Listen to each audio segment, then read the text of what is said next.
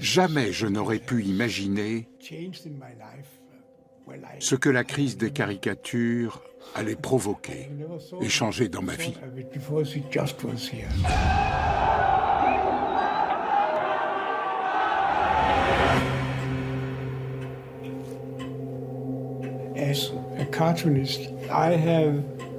J'ai constaté que quand un dessinateur touche au domaine de la religion et des symboles, il a vite des ennuis.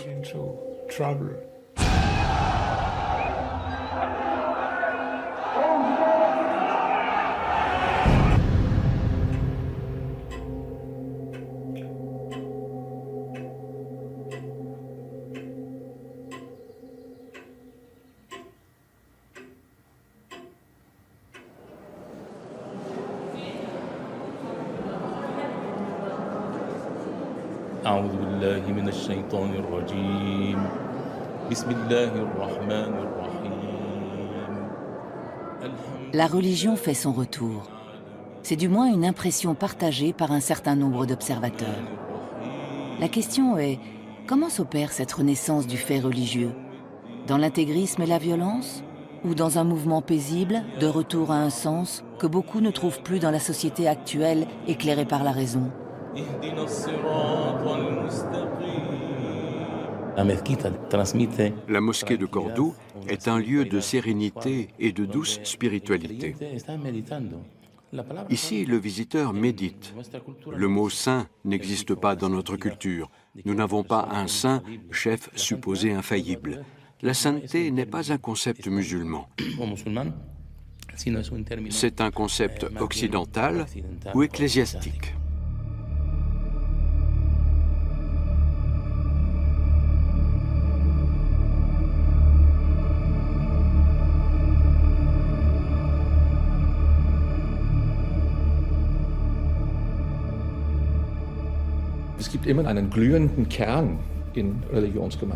Dans une religion, il y a toujours un cœur de croyance qui touche profondément les adeptes dans leur identité. Je pense qu'il est parfois utile de s'interroger sur ce qu'on cherche à atteindre quand on transperce ce cœur.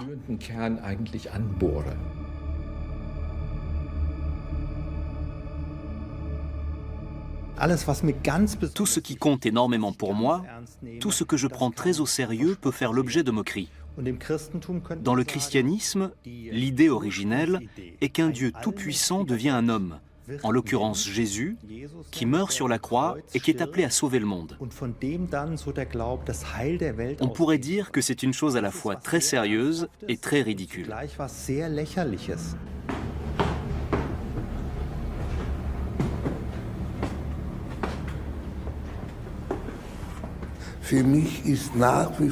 Pour moi, l'art a toujours été une pratique religieuse. Je n'ai jamais blasphémé, du moins à mes yeux. Mais pour moi, le blasphème est un coup porté contre l'ordre établi. C'est une quête de nouveauté, dans un contexte où tout change en permanence. Il faut dépasser les vieilles conceptions de Dieu qui ont marqué la religion au profit de conceptions nouvelles.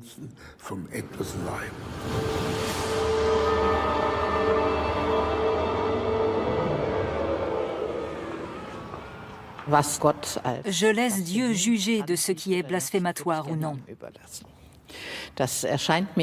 Pour moi, considérer que telle opinion formulée par quelqu'un est blasphématoire, c'est toujours un signe d'arrogance ou un manque d'humilité.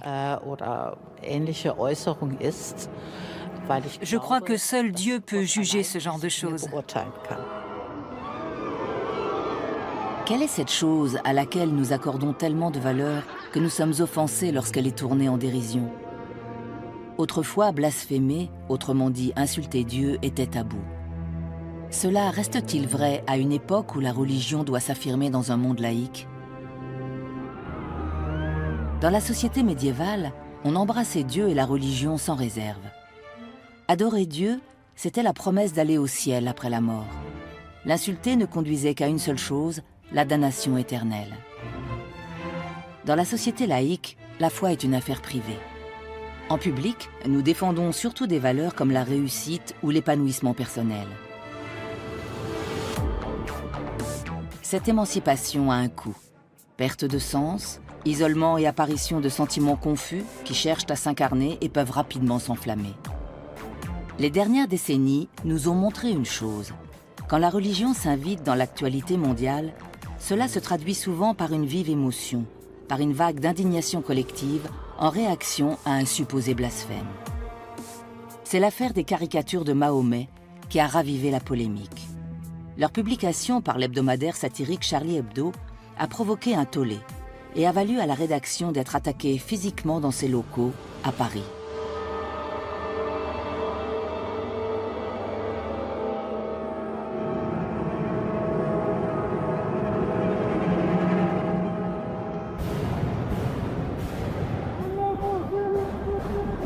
L'attentat contre Charlie Hebdo commis le 7 janvier 2015 a fait 12 victimes. Il a été le paroxysme d'une querelle qui fait rage depuis 30 ans au sujet du blasphème et qui oppose les défenseurs de la religion à ceux de la liberté d'expression. Le premier choc passé, une onde de sympathie envers Charlie Hebdo s'est propagée dans le monde entier. On s'est montré déterminé à opposer l'idéal de liberté au terrorisme.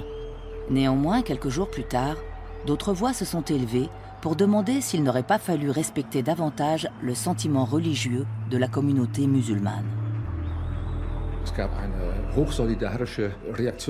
On voit une forte réaction de solidarité dans la communauté de culture occidentale, qui se sent soudain investie du devoir de défendre les valeurs des Lumières.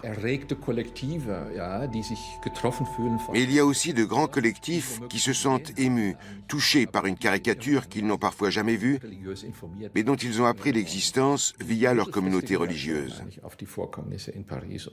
Les réactions à l'attentat contre Charlie Hebdo, qu'on voit à moyen terme, montrent que la société occidentale doute d'elle-même. Elle se demande si la liberté d'expression, la liberté de la presse, la liberté de faire des caricatures est abstraite et illimitée. Les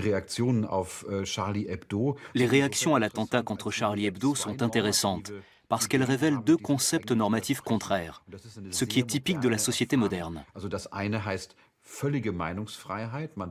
D'une part, la liberté d'opinion totale, sous toutes les formes, sans aucune limite d'aucune sorte. Et d'autre part, l'idée qu'on n'a pas le droit de se moquer de manière inconvenante du sentiment religieux.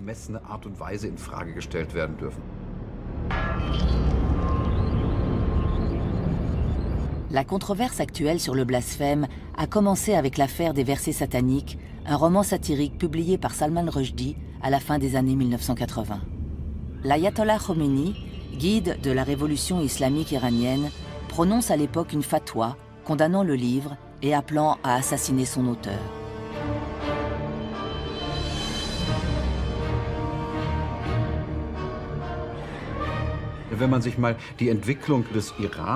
Dans les années 1970, l'Iran et d'autres pays de cette région du monde commencent à s'occidentaliser. Les mouvements révolutionnaires de l'époque se sont appuyés sur deux idéologies différentes, le marxisme et l'islam. Les deux étaient susceptibles de produire un mouvement collectif et de crier au blasphème. Mais quelle est cette idéologie qui est capable de croire qu'un écrivain indien totalement occidentalisé peut pondre un livre qui menace le salut des âmes d'une religion planétaire? Quelle est cette idéologie qui pense que la présence de femmes dans un stade de football sape l'ordre social? En 2004, le court-métrage Submission soulève une nouvelle vague d'indignation.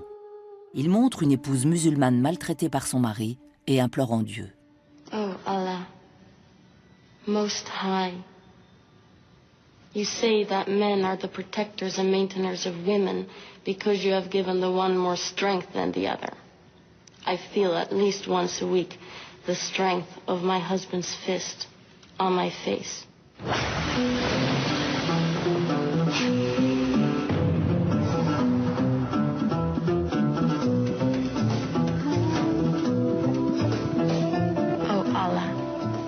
Most High, life with my husband is hard to bear, but I submit my will to you.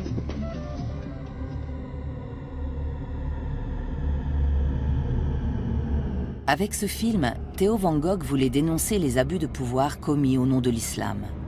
Mais certains ont crié au blasphème, et peu de temps après la sortie du film, le cinéaste néerlandais est tué par balle et poignardé à plusieurs reprises par un individu isolé. En 2005, la question du blasphème ressurgit, cette fois au Danemark. Le dessinateur de presse, Kurt Vestergaard, publie une caricature montrant Mahomet avec un turban en forme de bombe. Des émeutes éclatent dans plusieurs pays musulmans. Au final, on déplorera plus d'une centaine de morts. La fatwa, la sentence de mort prononcée contre Kurt Vestergaard, n'a toujours pas été levée.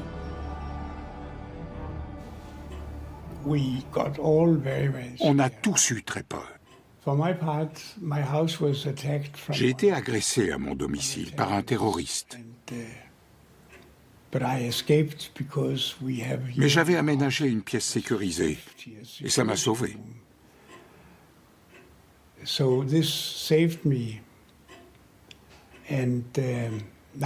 Aujourd'hui, je vis entouré d'agents des services secrets.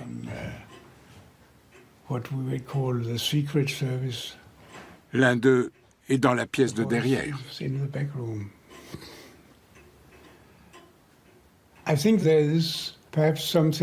Il y a ce qu'on pourrait appeler la politique idéale. Et il y a la réelle politique. Bien sûr, nous avons reçu le soutien des hommes politiques danois. Mais dans le monde réel, nous n'avons remporté qu'une demi-victoire. Parce qu'aujourd'hui, on peut dire la liberté d'expression. Oui, mais... Kurt Vestergaard voulait uniquement dénoncer les errements d'un islam politisé en images et en mots. Il le paie de sa liberté individuelle. Le mot, l'image et le signe sont au cœur de la controverse actuelle autour de la notion de blasphème. Ce que certains considèrent comme un dessin satirique ou un bon mot peut en blesser d'autres et semer le trouble dans une société qui s'émeut facilement.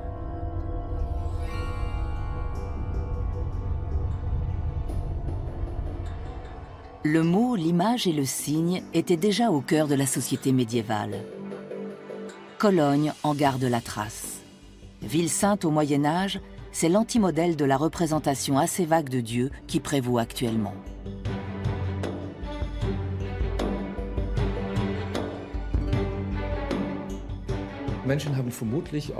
Il est probable qu'en Europe, bien au-delà du Moyen-Âge, on vivait dans un espace de phénomènes religieux qu'on considérait comme réels, sensibles, car immédiatement présent à chacun et tangible. Et les représentations de ces manifestations divines étaient jugées dignes d'adoration parce qu'on pensait que l'image ou la sculpture possédait une sorte d'énergie sacrée. Dieu n'était pas seulement une croyance, une conviction, mais une partie de l'environnement, pour ne pas dire une partie du cosmos dans lequel on vivait. À partir du XIVe ou du XVe siècle, on observe une lente évolution. Depuis la Réforme et surtout les Lumières, on interroge sans cesse la signification des choses. La religion devient plus abstraite. Au Moyen-Âge, l'adoration de Dieu va de pair avec l'adoration sensuelle et matérielle des saints et des reliques. On peint le ciel et l'enfer avec des couleurs vives. L'accusation de blasphème s'adresse exclusivement aux hérétiques, considérés comme des émissaires de l'enfer.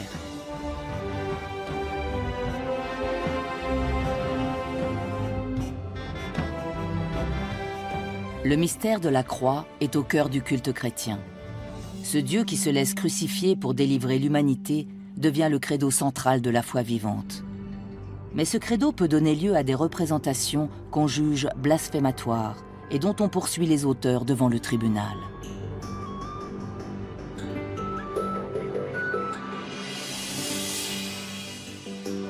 La première image blasphématoire connue a été découverte par des archéologues sur le mont Palatin à Rome. Elle date du IVe siècle et représente Jésus sous les traits d'un âne.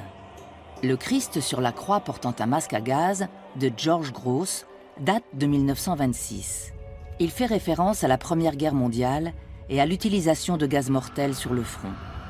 Quelques années plus tôt, le front et les tranchées avaient inspiré au peintre Otto Dix des dessins très réalistes. C'est le thème de ces soldats sans visage que reprend George Gross avec son Christ au masque à gaz. Ce dessin provocateur marque le début de la querelle moderne au sujet du blasphème. Pour nous, aujourd'hui, ce Christ au masque à gaz est tout le contraire d'un blasphème. C'est un cri qui dit « Il se passe quelque chose maintenant, l'histoire se répète ». C'est une tentative de sauver une partie du cœur de la religion. Si la religion veut survivre spirituellement, alors elle doit produire structurellement des blasphémateurs, entre guillemets. Le débat s'articule désormais autour d'un paradoxe, à savoir que les artistes qu'on traite de blasphémateurs ne se considèrent pas comme tels. Les caricatures de George Gross le conduisent au tribunal.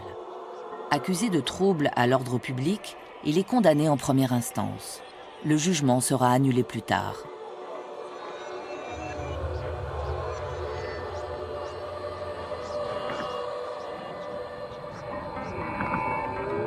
Max Ernst ne subit pas les mêmes tracasseries. Son célèbre tableau « La Vierge corrigeant l'enfant Jésus » est exposé à Paris en 1926. Il fait scandale, mais le peintre n'est pas poursuivi en justice. En France, l'Église et l'État sont séparés, et le délit de blasphème n'existe pas dans la loi. Ressuscité par George Gross, l'art de la caricature se retrouve au cœur de la querelle moderne au sujet du blasphème. Il y a de bonnes raisons à cela.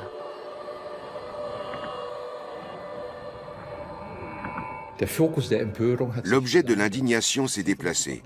C'est sans doute lié à un haut degré d'excitabilité de notre société des émotions. Il faut réagir rapidement, il faut s'emporter, sinon on arrive trop tard. La caricature est un genre qui s'y prête bien, parce qu'en général, il s'agit d'une réaction à chaud à un événement. L'impulsion vient de cette réaction provocante et rapide.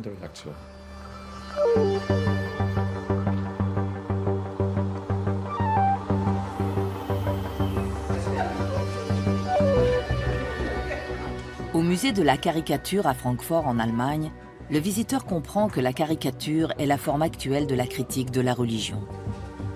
Le mensuel satirique allemand Titanic a ses bureaux non loin du musée.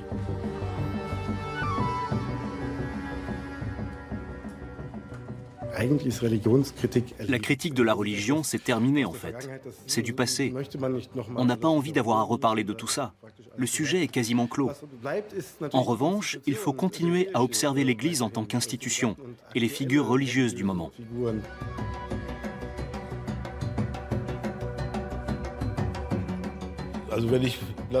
Quand j'entends le mot de blasphème, je pense toujours au dessin de Robert Gernhardt, qui était un grand ami du musée de la caricature.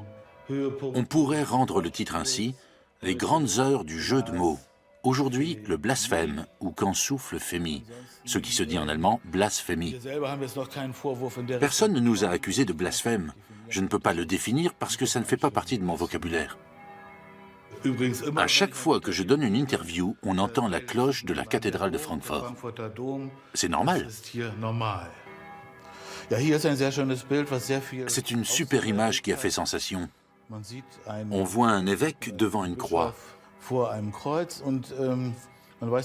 ne sait pas trop ce qu'il fait. Il y a eu beaucoup de protestations de la part de l'Église catholique qui voyait je ne sais quoi. Personnellement, je vois un évêque qui époussait une croix. Il existe d'autres interprétations que nous ne cautionnons pas.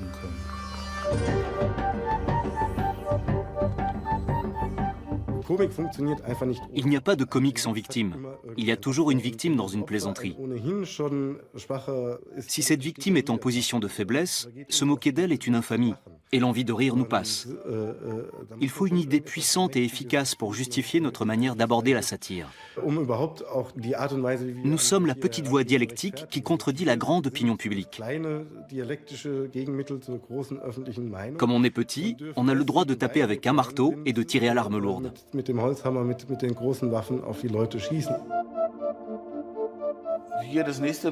La couverture suivante fait référence au Vatilix, l'affaire des fuites au Vatican. Un prélat a communiqué des informations confidentielles à la presse. Ça a fait beaucoup de bruit parce que le pape lui-même a porté plainte. C'était la première fois dans l'histoire que le représentant de Dieu portait plainte. Ils ont retiré la plainte quand ils se sont aperçus qu'ils allaient avoir un gros problème si jamais elle était rejetée. C'est-à-dire si le représentant de Dieu sur terre était débouté par un tribunal.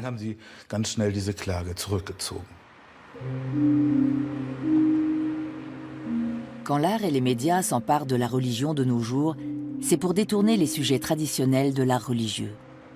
On ne s'attaque plus à Dieu ou à la religion à proprement parler, mais aux institutions religieuses et à la morale hypocrite qu'elles défendent.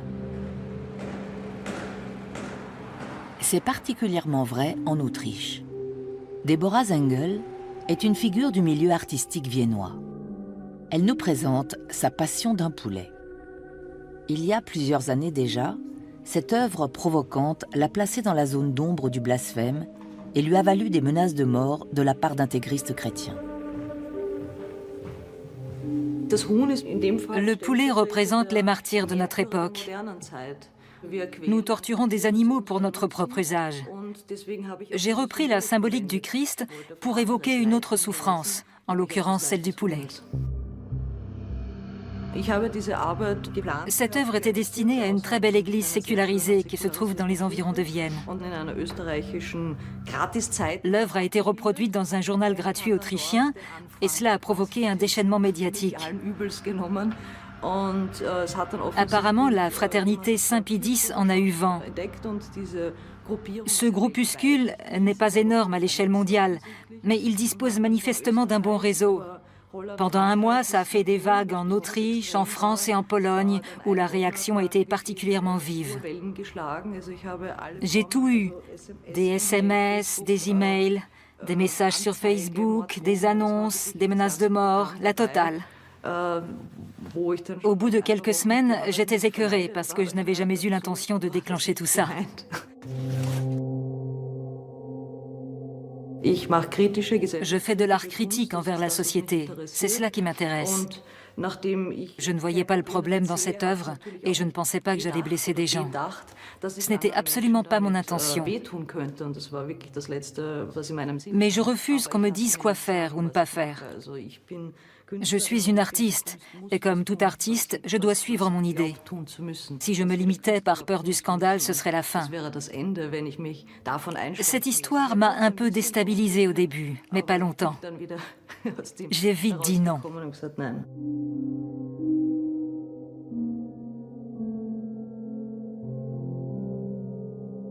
Je ne me considère pas comme blasphématrice. Et le blasphème ne m'intéresse pas plus que l'incitation à la haine. Le sujet de cette œuvre, c'est l'élevage industriel, pas Jésus-Christ. Même si j'utilise la symbolique chrétienne, naturellement. J'ai bien compris que c'était le problème, je ne suis pas complètement idiote.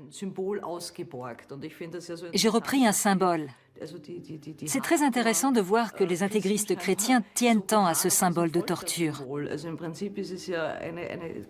Beaucoup de gens accrochent l'image d'une torture chez eux et refusent que d'autres l'utilisent.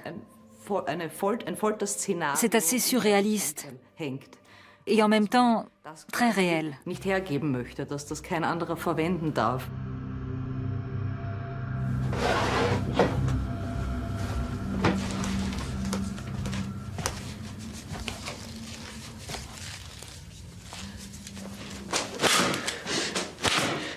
Dans un long métrage intitulé « Paradis, foi », le réalisateur autrichien Ulrich Seidel a filmé la plongée autodestructrice d'une femme dans la religion.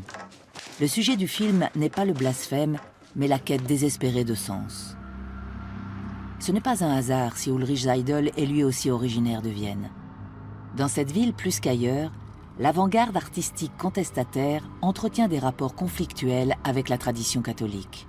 Il faut savoir qu'en Autriche, l'offense à l'être suprême, ou blasphème, était punie par la loi jusqu'en 1975. On est bien loin de l'État laïque à la française.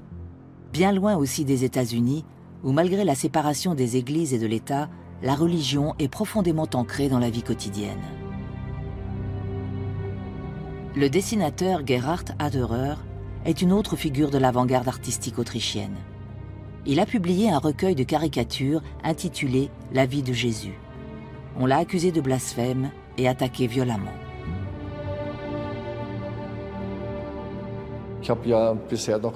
Je n'ai aucune raison de m'attaquer aux mythes religieux alors que je suis agnostique.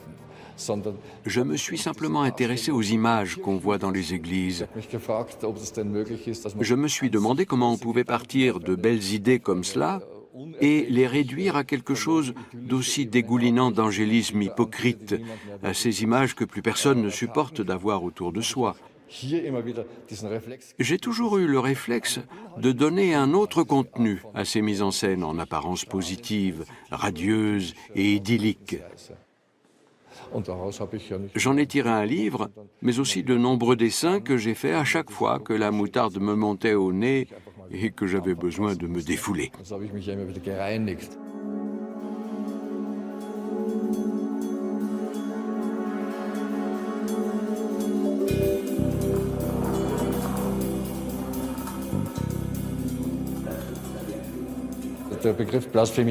Le blasphème est une notion très changeante. Je suis un être rationnel qui appelle de ses vœux une société laïque. Je me suis intéressé à la puissance de l'Église catholique. On se doit de le faire quand on réfléchit un peu. Et on m'a attaqué armé d'une massue nommée blasphème, et même outrage à Dieu dans mon cas. Ça m'a surpris, mais c'est une stratégie guerrière. Hermann Nietzsche est une grande figure de l'actionnisme viennois. Il apporte une contribution singulière au débat sur le blasphème. Il s'est créé un terrain d'expérimentation artistique dans un château fort des environs de Vienne. Son œuvre est ancrée dans une philosophie qui considère que la vie, l'art et la religion forment un tout. Naturellement, on le soupçonne d'être un blasphémateur. Je suis peut-être très influencé par le christianisme, et encore plus par l'Antiquité, et l'idée aristotélicienne de la catharsis. Quand on saisit la tragédie grecque et l'art en général, on entre dans un état singulier et extatique. On fait l'expérience de la lumière, de la profondeur et de l'infinité de l'être. C'est la prise de conscience de zones refoulées, l'expérience voluptueuse et excessive du Dasein, de l'être là.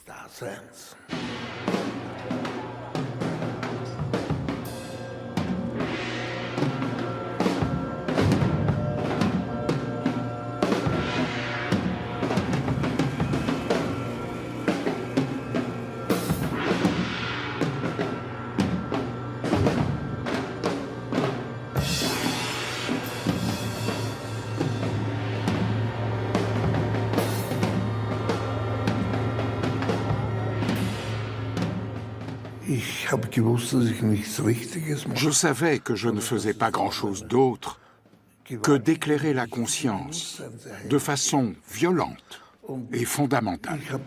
Je n'ai jamais tellement souffert de ce genre de critique. Je savais que les gens ne comprenaient pas ce que je voulais. Ils ne comprenaient pas le caractère sans cesse changeant de l'être et du monde en général, de la création.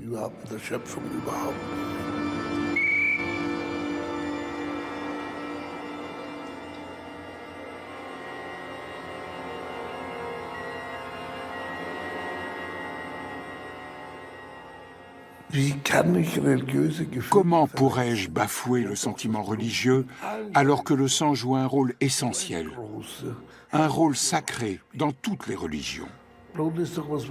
Le sang est quelque chose de fabuleux. Et à toutes les époques, des artistes s'en sont emparés. Homère, Virgile, toute la poésie antique, la tragédie grecque, puis la peinture médiévale avec la représentation des plaies. Le sang occupe une place centrale dans le christianisme. Pourquoi parler de blasphème? Je ne vais quand même pas refouler une chose qui a une telle importance et renoncer à la montrer dans mon art. Hier, on a mangé du boudin noir. Évoquer quelque chose qui existe ne peut pas être un blasphème.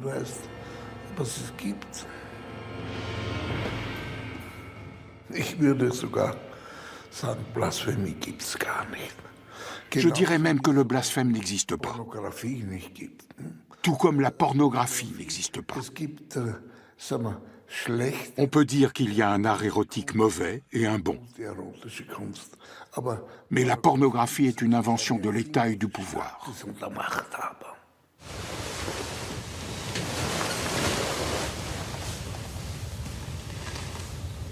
De tout temps, le Christ sur sa croix a fait naître des obsessions érotiques. Ulrich Seidel montre le contraste saisissant qui a toujours existé entre la sexualité humaine et l'exigence religieuse de chasteté et de pureté. Rien ne menaçait autant le puissant clergé que la sexualité, cette force archaïque encore jugée blasphématoire de nos jours.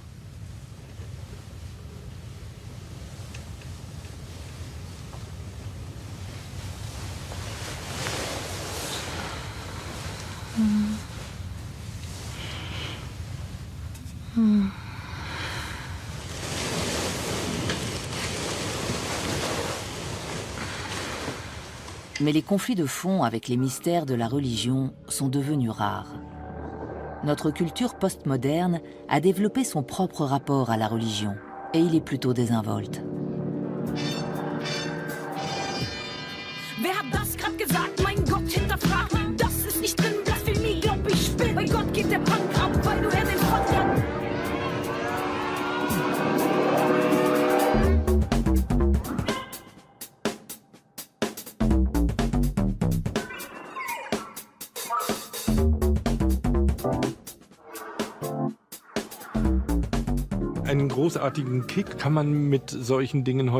Ce n'est pas avec ça qu'on peut espérer provoquer de nos jours.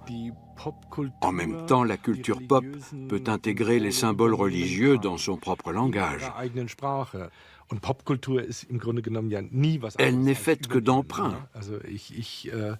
Les Blancs reprennent la musique noire, les hétérosexuels reprennent les codes homo, etc.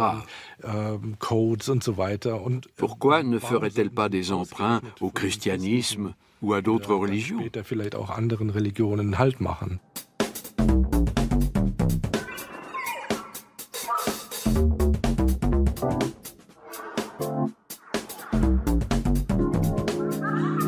Jesus H. Christ! The H is silent.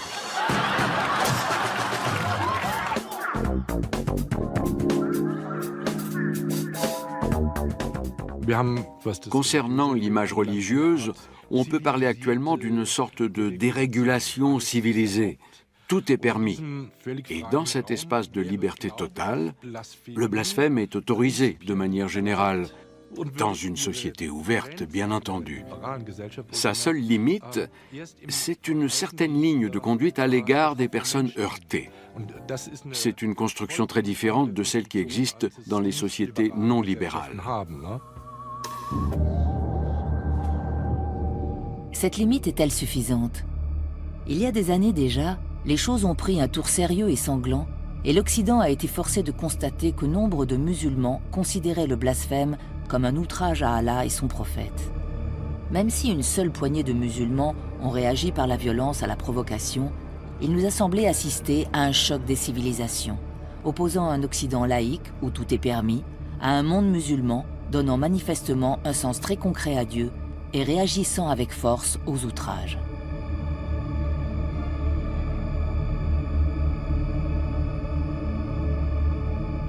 Il est temps de s'intéresser à l'origine des grandes religions. Le blasphème est apparu avec le monothéisme, autrement dit, avec le Dieu unique et son exigence d'exclusivité.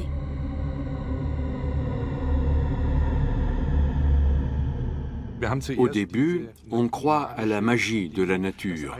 Les dieux sont partout. Il n'y a pas de blasphème dans une telle conception du monde. Plus tard, on croit à une multitude de dieux qui remplissent le ciel. Là encore, le blasphème est difficile dans la mesure où si j'insulte un dieu, je prends automatiquement le parti d'un autre. Tout change lorsqu'il n'y a plus qu'un seul maître du ciel, un Dieu créateur, qui énonce deux lois fondamentales. Tu respecteras mon nom et tu ne feras point d'image de moi.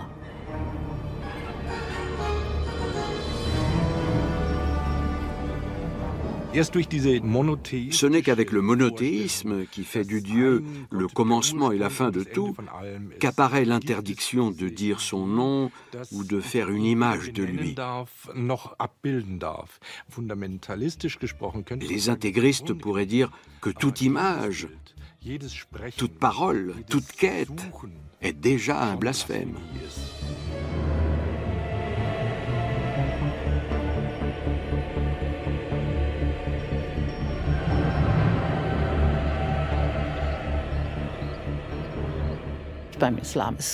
Dans l'islam, comme dans les deux autres grandes religions, il est interdit de reproduire une image de Dieu, tout simplement parce qu'il n'est pas saisissable.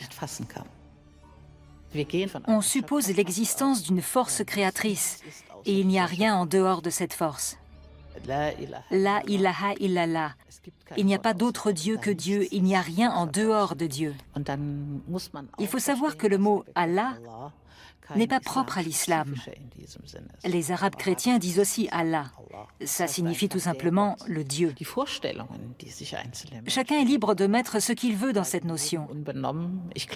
Je crois que la plupart des gens ne peuvent pas se passer de certaines conceptions. Mais le fait de tout ramener à une origine donnée, à une force créatrice donnée, c'est un message du Coran, incontestablement. Et un élément de la profession de foi des musulmans et musulmanes. Blasphémer, c'est contester le caractère insaisissable de Dieu. Pour sentir la présence divine, il faut avoir rencontré Dieu dans les textes sacrés. La Torah pour les Juifs, la Bible pour les chrétiens ou le Coran pour les musulmans. Mais la fréquentation des livres saints ne protège pas des abus du pouvoir. La forme écrite de la présence divine, on parle des trois religions du livre. Cette forme écrite est très intéressante parce qu'elle comprend deux aspects. L'écriture, la langue écrite, a une double fonction. Elle est à la fois très précise et très imprécise. Précise parce que ce qui est écrit est écrit. Imprécise parce que ce qui est écrit peut donner lieu à de multiples interprétations, et même doit donner lieu à de multiples interprétations. C'est le paradoxe des religions écrites. La Torah est la seule chose sacrée du judaïsme. La Bible des chrétiens vient de la Torah, et le Coran vient de la Bible des juifs et des chrétiens, et il y fait sans cesse référence. Le blasphème est un concept forgé par le pouvoir. Le rabbinat détient le pouvoir d'interprétation dans la tradition juive, et il dit ce qui est bien et ce qui est mal. C'est le pouvoir religieux qui dit ce qui est un blasphème et ce qui n'en est pas un, aussi bien dans l'islam que dans le christianisme ou le judaïsme.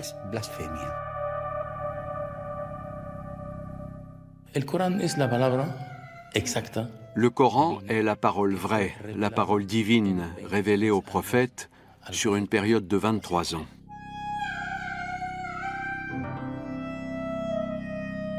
Le Coran guide les hommes pour qu'ils aient toujours une lumière sur leur chemin. Si tu connais le Coran, tu éclaires ton chemin. Le Coran est la lumière. Le premier commandement de l'islam est de lire pour ne pas rester ignorant.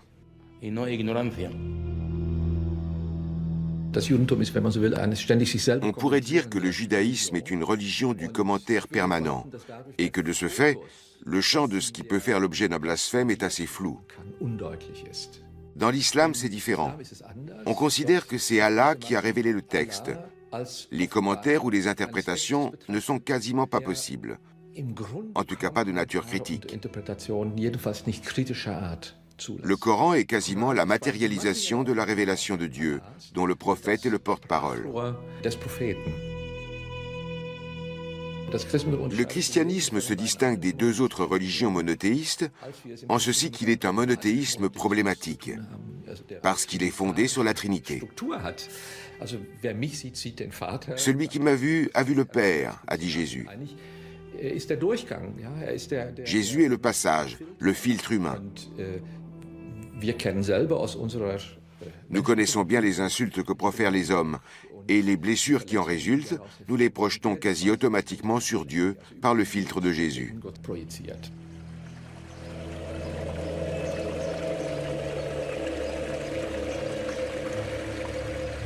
La notion de blasphème se développe avec la Trinité et la multiplicité, mais aussi dans le rapport qu'entretiennent les trois grandes religions.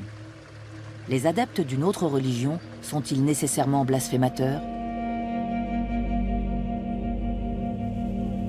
L'Espagne musulmane a été un modèle de coexistence entre juifs, chrétiens et musulmans. Les Maures ont conquis l'Andalousie, qui était alors peu habitée au 8e siècle, et lui ont imprimé leur marque, comme l'ont fait les Juifs installés à Cordoue. Cette période de l'histoire espagnole se caractérise par un essor des sciences, des arts et de l'architecture. Néanmoins, la coexistence entre les différentes communautés s'accompagnait de tensions. Et l'on peut se demander si cet exemple historique peut aider à résoudre la crise actuelle entre la religion et le monde laïque. Le vivre ensemble est un concept contemporain. À Cordoue, vivent ensemble trois cultures. Le chrétien embrasse le musulman et le musulman embrasse le juif. Eh bien non, non.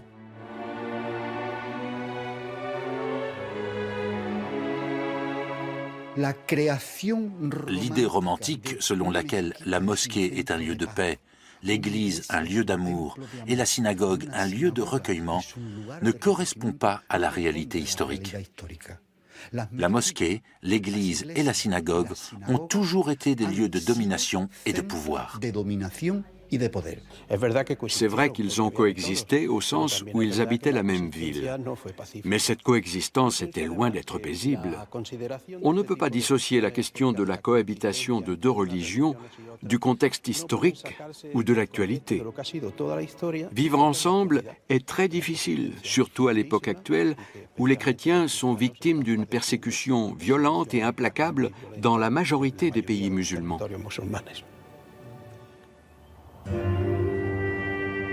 Dans le débat actuel sur le blasphème, une question demeure. Comment le christianisme et l'islam ont-ils pu se développer dans des directions et à des rythmes si différents? L'Alhambra de Grenade est le reflet de l'histoire mouvementée de l'Andalousie. Elle mêle des édifices mauresques et d'autres, datant de Charles Quint, qui attestent d'un changement de pouvoir. La Reconquista, la reconquête de la péninsule ibérique par les chrétiens, est aussi violente que les croisades ou l'invasion musulmane. Elle marque une césure.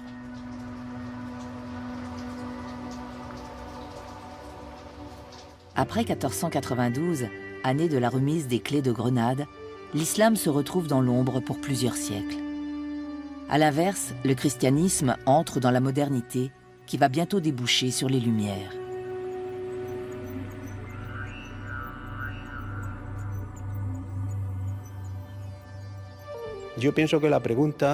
Il faut considérer la question plus globalement, sans s'arrêter à l'Espagne. Le christianisme ou la société chrétienne ont évolué en même temps que la conception de la religion et ses rapports à l'État. C'est là la clé. Il n'y a pas eu la même évolution dans le monde musulman. Il existe toujours un lien étroit entre l'islam et l'État. Cela rappelle la situation du christianisme au Moyen Âge.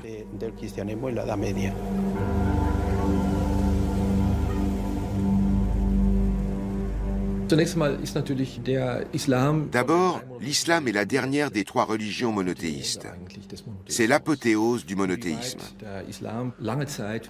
Est-ce que l'islam a d'abord été une religion relativement tolérante, avant de décrocher, ou qu'on la décroche, de la grande dynamique européenne, du processus de modernisation, etc. C'est une question difficile. Il y a eu bien sûr un âge d'or de l'islam, de la philosophie et de la théologie musulmane. Mais ces élans sont manifestement retombés. Ensuite, il y a eu un recul culturel, doublé d'une défaite militaire, surtout après la Reconquista. Une religion opprimée devient désagréable. Cela s'applique-t-il à notre époque? À Cordoue, la cathédrale s'élève impérialement au-dessus d'une mosquée ancrée dans le sol. Est-ce un symbole des temps modernes? On aurait d'un côté une société éclairée et libérée de ses chaînes, et de l'autre un islam qui refuse la laïcisation de la société. Se retrancher derrière le mystère ne suffit pas, d'après moi, quand on prend la foi au sérieux. Je suis d'avis que la foi doit passer l'épreuve du feu de la raison. Cela veut dire que je dois tenter d'appréhender les questions épineuses sous l'angle de la raison, de les articuler avec la raison. Que notre raison soit limitée et qu'on puisse toujours aller plus loin, c'est une chose, mais cela ne nous dispense pas d'essayer.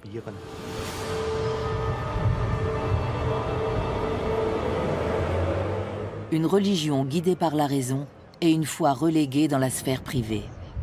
Ces orientations suffisent-elles à apaiser les intégristes religieux et à dépassionner le débat sur le blasphème? Le premier blasphème relaté dans la Bible est l'adoration du veau d'or. C'est une faute que le Dieu vengeur punira sévèrement.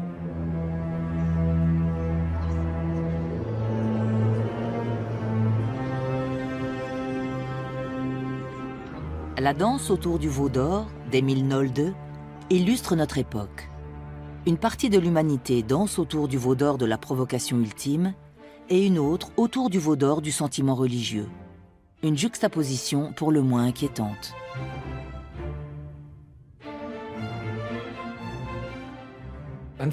À l'origine, l'interdiction juridique de blasphémer protège Dieu lui-même. Ensuite, à l'époque des Lumières, cette interdiction pose problème et on imagine ce qu'on nomme la protection de la religion. Ce n'est plus Dieu qu'on protège, mais la religion. Pourquoi protéger la religion? Parce qu'on part du principe que les religions stabilisent la société sur le plan moral. On pense que les sociétés très religieuses sont aussi très morales. On apprendra que c'est faux dans la douleur à maintes reprises. Les sociétés très religieuses ne sont pas forcément très stables sur le plan moral. I want the cross!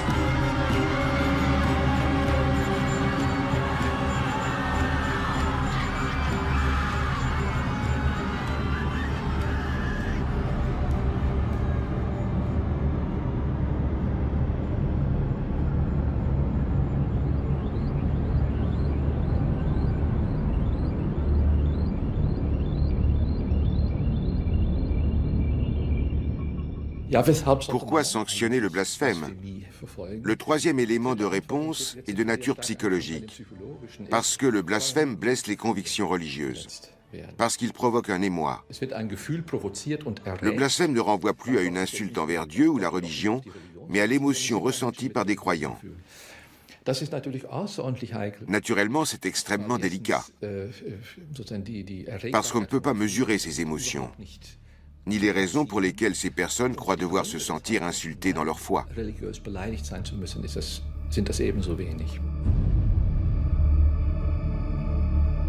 Peut-on imaginer une cohabitation au-delà du cynisme et de la problématique que l'on appelle la société des émotions? Peut-on imaginer un vivre ensemble qui nous permette de supporter calmement les attaques contre nos valeurs sacrées et qui tolère les pratiques religieuses sans renoncer aux conquêtes des Lumières?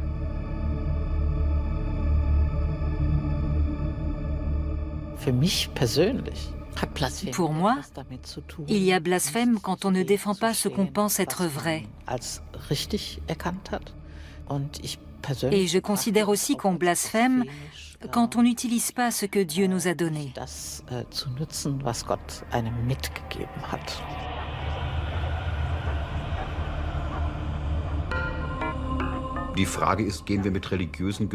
La question c'est, est-ce qu'on traite le sentiment religieux et l'image religieuse comme le reste ou non? J'ai un sens religieux de la musique, mais je suis aussi un citoyen ouvert et tolérant. Une religion qui se sent attaquée dans son cœur à chaque représentation inconvenante de ses grandes figures ou de son message ne paraît pas adaptée au monde moderne. Je donnerais donc la priorité à la citoyenneté, même si j'ai un sens religieux de la musique.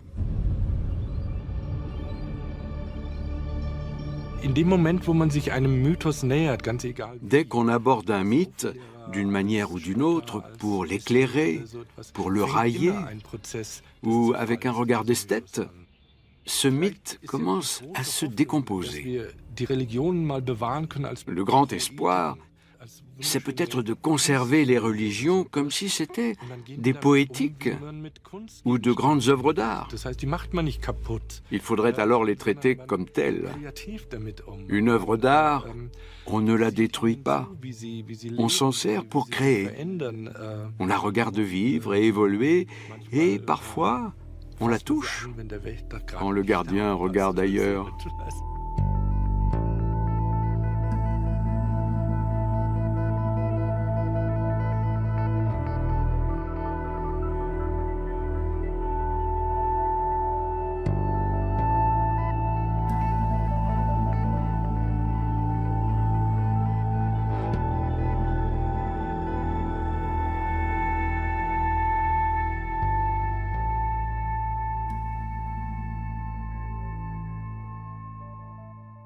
Valeur que nous sommes offensés lorsqu'elle est tournée en dérision.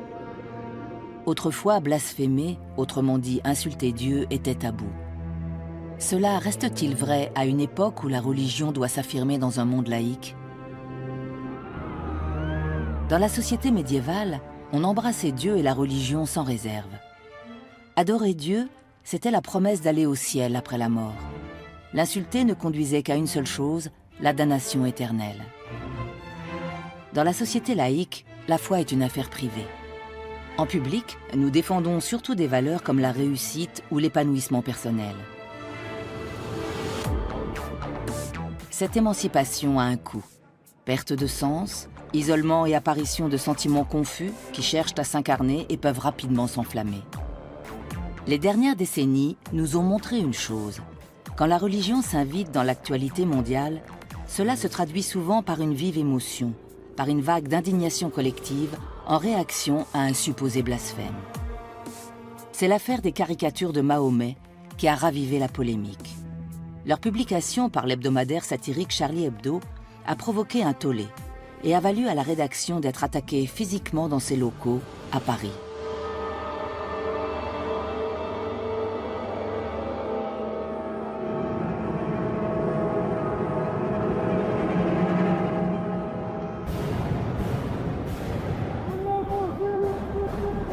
L'attentat contre Charlie Hebdo commis le 7 janvier 2015 a fait 12 victimes.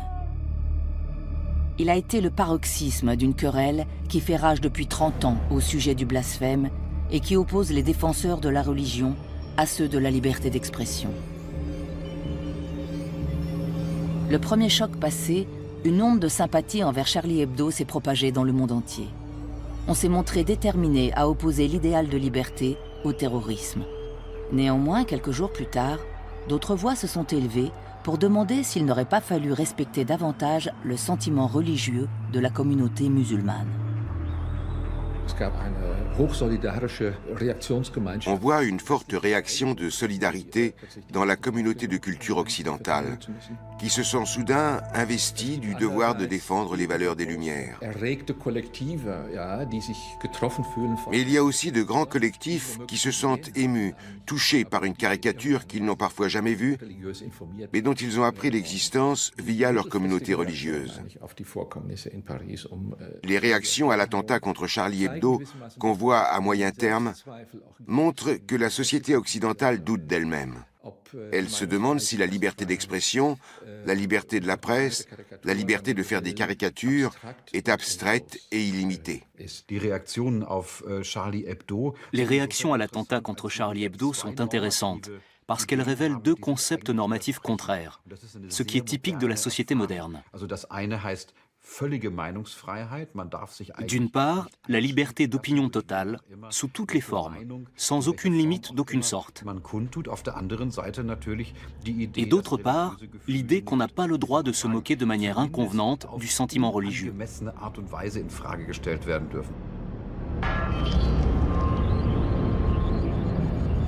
La controverse actuelle sur le blasphème a commencé avec l'affaire des versets sataniques, un roman satirique publié par Salman Rushdie à la fin des années 1980.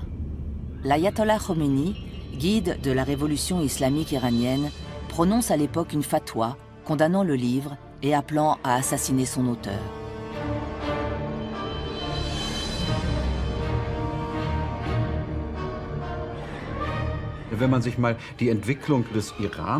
Dans les années 1970, l'Iran et d'autres pays de cette région du monde commencent à s'occidentaliser. Les mouvements révolutionnaires de l'époque se sont appuyés sur deux idéologies différentes, le marxisme et l'islam. Les deux étaient susceptibles de produire un mouvement collectif et de crier au blasphème. Mais quelle est cette idéologie qui est capable de croire qu'un écrivain indien totalement occidentalisé peut pondre un livre qui menace le salut des âmes d'une religion planétaire? Quelle est cette idéologie? À partir du XIVe ou du XVe siècle, on observe une lente évolution. Depuis la Réforme et surtout les Lumières, on interroge sans cesse la signification des choses. La religion devient plus abstraite. Au Moyen-Âge, l'adoration de Dieu va de pair avec l'adoration sensuelle et matérielle des saints et des reliques. On peint le ciel et l'enfer avec des couleurs vives. L'accusation de blasphème s'adresse exclusivement aux hérétiques, considérés comme des émissaires de l'enfer.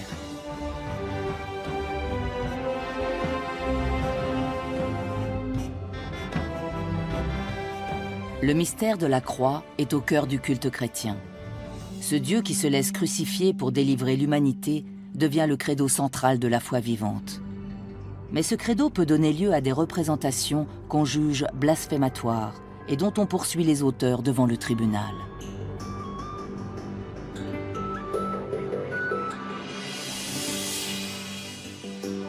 La première image blasphématoire connue a été découverte par des archéologues sur le mont Palatin à Rome.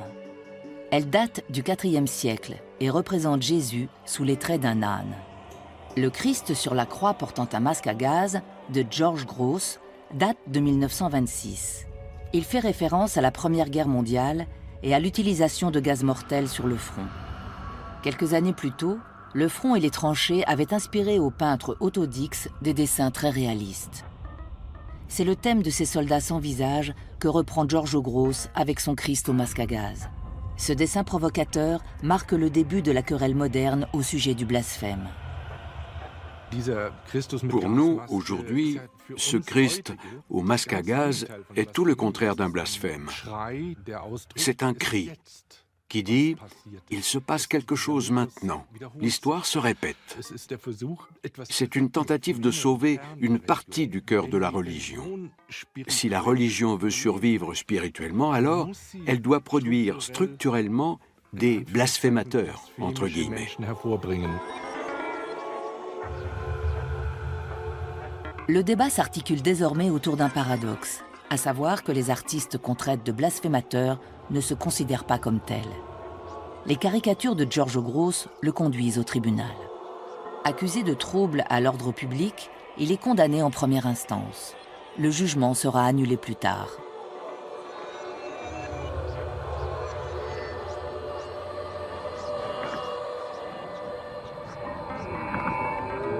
Max Ernst ne subit pas les mêmes tracasseries. Son célèbre tableau, La Vierge corrigeant l'enfant Jésus, est exposé à Paris en 1926. Il fait scandale, mais le peintre n'est pas poursuivi en justice. En France, l'Église et l'État sont séparés et le délit de blasphème n'existe pas dans la loi. Ressuscité par Giorgio Gross, l'art de la caricature se retrouve au cœur de la querelle moderne au sujet du blasphème. Il y a de bonnes raisons à cela.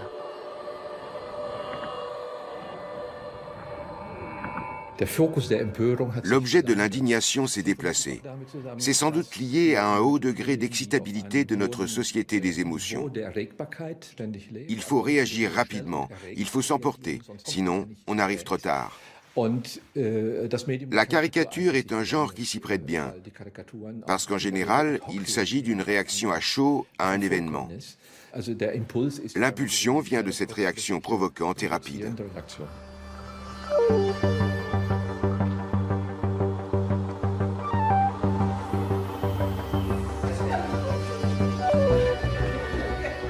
Au musée de la caricature à Francfort en Allemagne, le visiteur comprend que la caricature est la forme actuelle de la critique de la religion. Le mensuel satirique allemand Titanic a ses bureaux non loin du musée.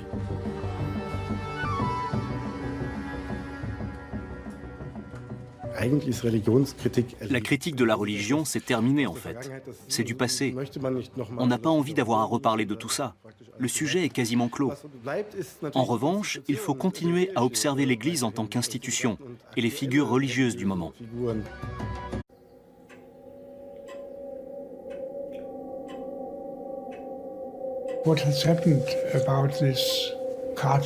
Jamais je n'aurais pu imaginer ce que la crise des caricatures allait provoquer et changer dans ma vie.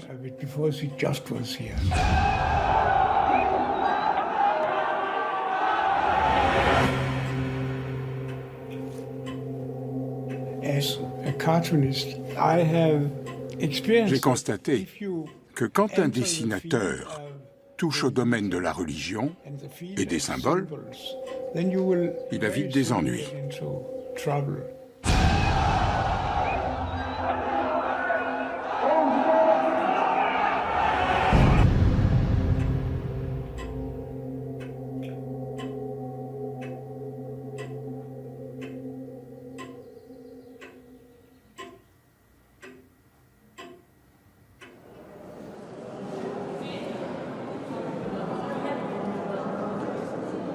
أعوذ بالله من الشيطان الرجيم بسم الله الرحمن الرحيم. La religion fait son retour.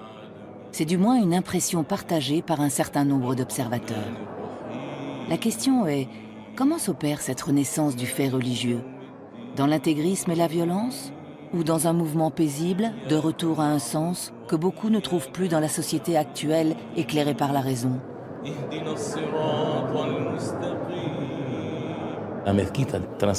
La mosquée de Cordoue est un lieu de sérénité et de douce spiritualité. Ici, le visiteur médite. Le mot saint n'existe pas dans notre culture. Nous n'avons pas un saint, chef supposé infaillible. La sainteté n'est pas un concept musulman. C'est un concept occidental ou ecclésiastique.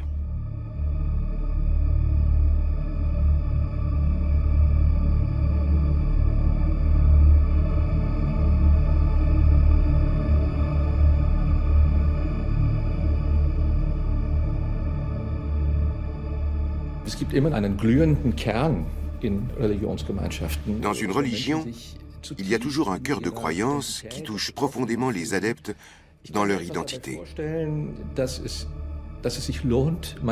Je pense qu'il est parfois utile de s'interroger sur ce qu'on cherche à atteindre quand on transperce ce cœur.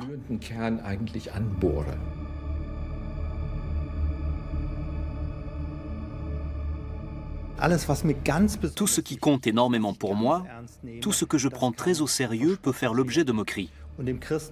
Dans le christianisme, l'idée originelle est qu'un Dieu tout-puissant devient un homme, en l'occurrence Jésus, qui meurt sur la croix et qui est appelé à sauver le monde.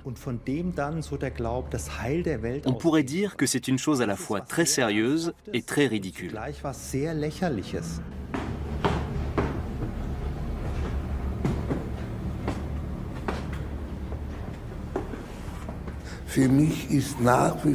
Pour moi, l'art a toujours été une pratique religieuse.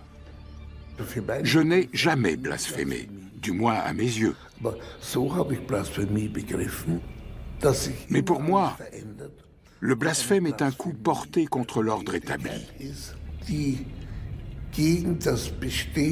C'est une quête de nouveauté, dans un contexte où tout change en permanence. Il faut dépasser les vieilles conceptions de Dieu qui ont marqué la religion au profit de conceptions nouvelles.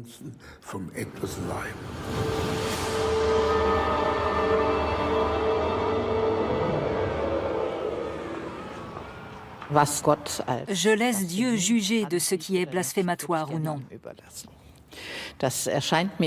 Pour moi, considérer que telle opinion formulée par quelqu'un est blasphématoire, c'est toujours un signe d'arrogance ou un manque d'humilité.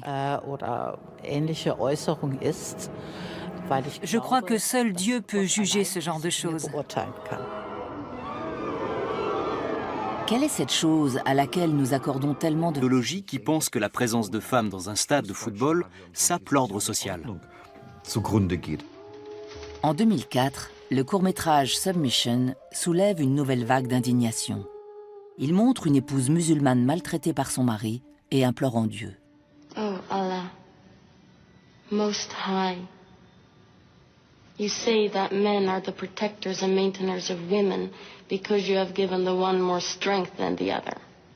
I feel at least once a week the strength of my husband's fist on my face. Oh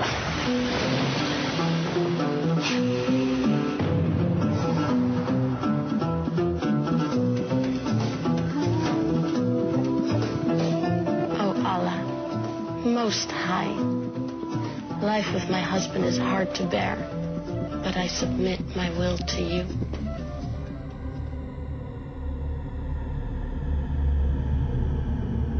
Avec ce film, Theo van Gogh voulait dénoncer les abus de pouvoir commis au nom de l'islam. Mais certains ont crié au blasphème, et peu de temps après la sortie du film, le cinéaste néerlandais est tué par balle et poignardé à plusieurs reprises par un individu isolé. En 2005, la question du blasphème ressurgit, cette fois au Danemark. Le dessinateur de presse, Kurt Vestergaard, publie une caricature montrant Mahomet avec un turban en forme de bombe. Des émeutes éclatent dans plusieurs pays musulmans. Au final, on déplorera plus d'une centaine de morts. La fatwa, la sentence de mort prononcée contre Kurt Vestergaard, n'a toujours pas été levée.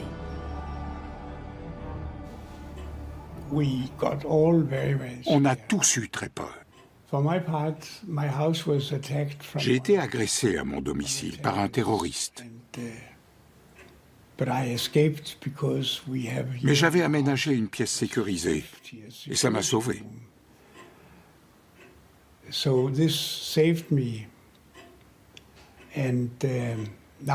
Aujourd'hui, je vis entouré d'agents des services secrets.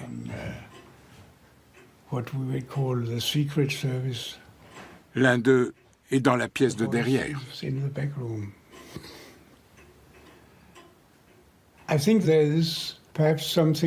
Il y a ce qu'on pourrait appeler la politique idéale.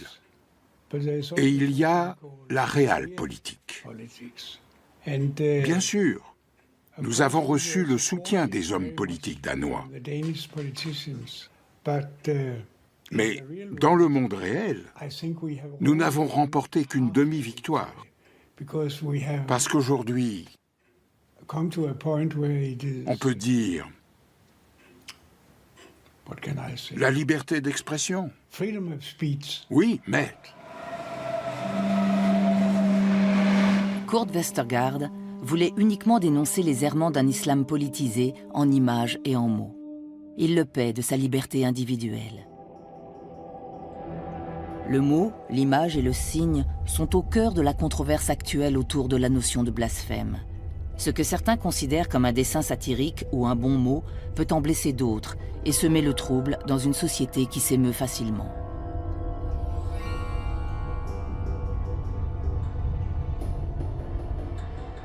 Le mot, l'image et le signe étaient déjà au cœur de la société médiévale. Cologne en garde la trace. Ville sainte au Moyen-Âge, c'est l'antimodèle de la représentation assez vague de Dieu qui prévaut actuellement.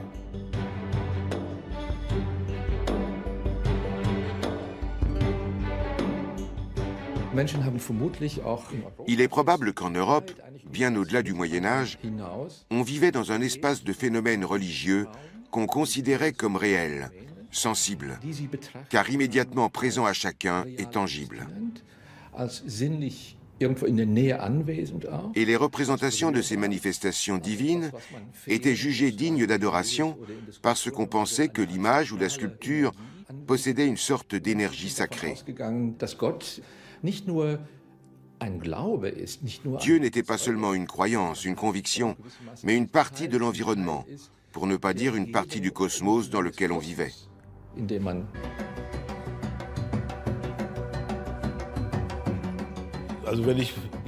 Quand j'entends le mot de blasphème, je pense toujours au dessin de Robert Gernhardt, qui était un grand ami du musée de la caricature.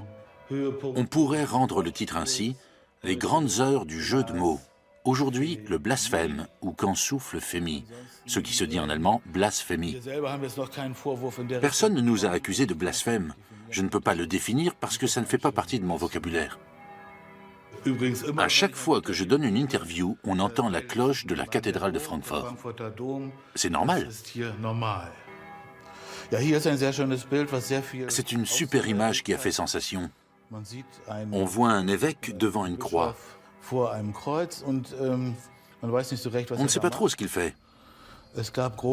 Il y a eu beaucoup de protestations de la part de l'Église catholique qui voyait je ne sais quoi. Personnellement, je vois un évêque qui époussait une croix. Il existe d'autres interprétations que nous ne cautionnons pas.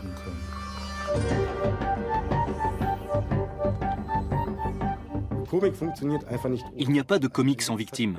Il y a toujours une victime dans une plaisanterie. Si cette victime est en position de faiblesse, se moquer d'elle est une infamie, et l'envie de rire nous passe. Il faut une idée puissante et efficace pour justifier notre manière d'aborder la satire. Nous sommes la petite voix dialectique qui contredit la grande opinion publique. Comme on est petit, on a le droit de taper avec un marteau et de tirer à l'arme lourde.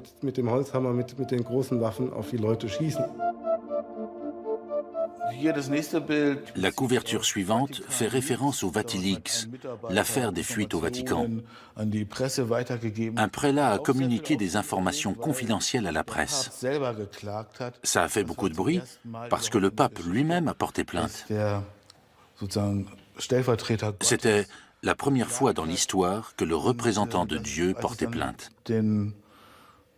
Ils ont retiré la plainte quand ils se sont aperçus qu'ils allaient avoir un gros problème si jamais elle était rejetée. C'est-à-dire si le représentant de Dieu sur terre était débouté par un tribunal.